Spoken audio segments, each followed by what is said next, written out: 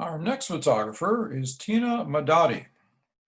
Modotti was born in Italy, but spent most of her life in Mexico.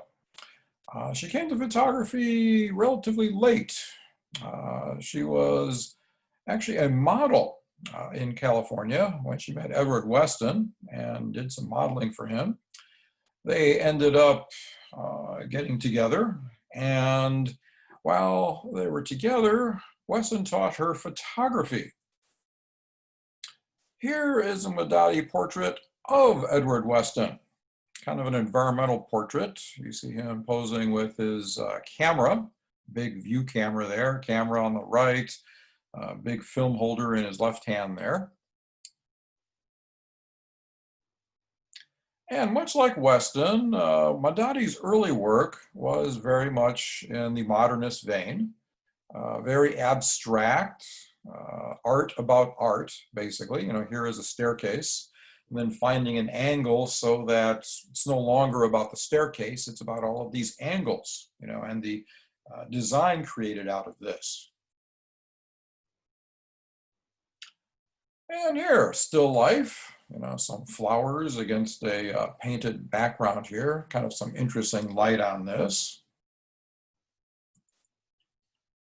Another interesting plant, so another still life project. So you can see at this point, as happens oftentimes with students and teachers, she's pretty much mimicking Weston's style, But Modotti is not Weston. It turns out she was much more political than she was. And as she got more and more involved in politics and became something of an activist, her photography also changed. Weston and Modotti had moved down to Mexico. Weston, after a while, went back to California, but Modotti stayed behind and became very involved in the political struggles going on. This picture, on the one hand, it's a very well-made photograph.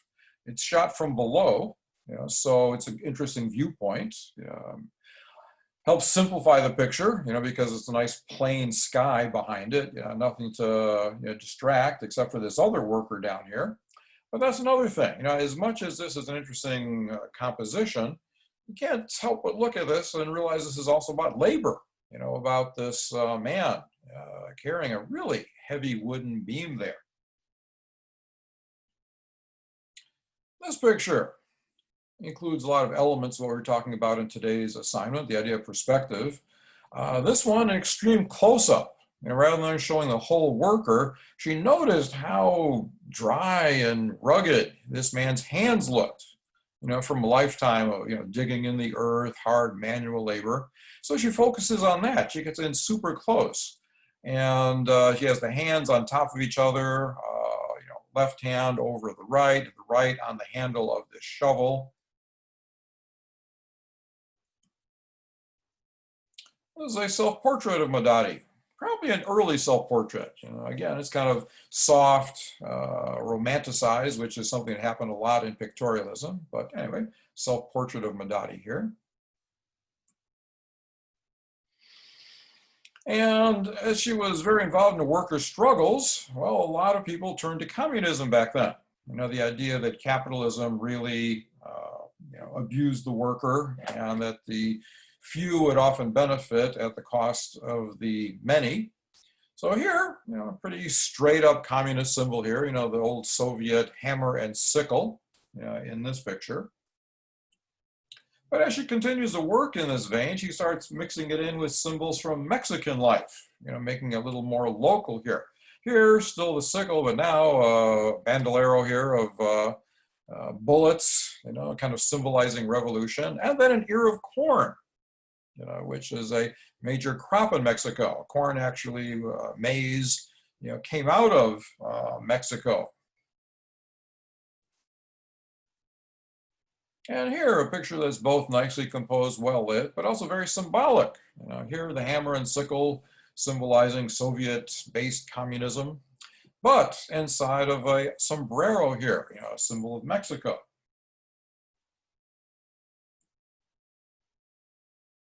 Now, you take two different elements and put them together in a photograph, it kind of forces a relationship between those different items.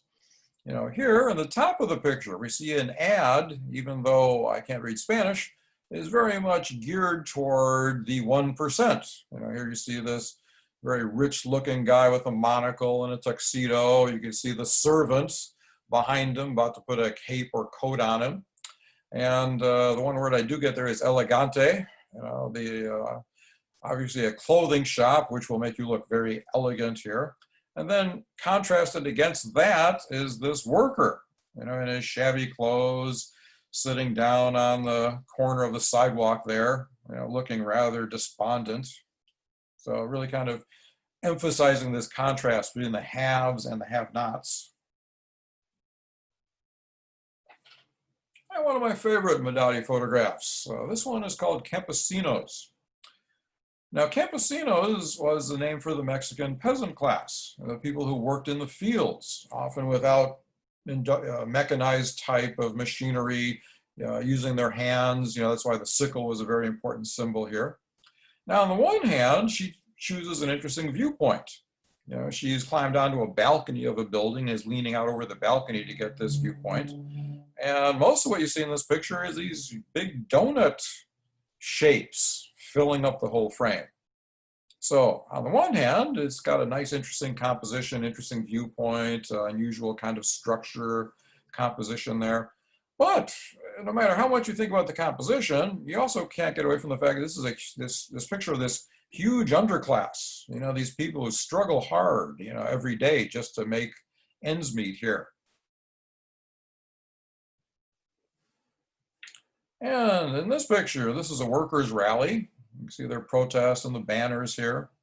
And what you see in the middle of this picture is a couple of other artists. The man in the middle here, this is Diego Rivera, very famous Mexican mural painter, you know, who is also very political. You know, his murals often depicted the struggle of different people and causes of justice. Next to him is his wife, Frida Kahlo, you know, made much more personal art revolving around her and her struggles there. So, as you can see, I think she's very interesting because on the one hand, you know, when she started with Weston, you know, she kind of copied what he was doing and working with that, but soon grew to show her own unique voice in photography. So that's Tina Modotti. Hope you enjoyed it. I hope this helps with your completion of the first assignment here, perspective.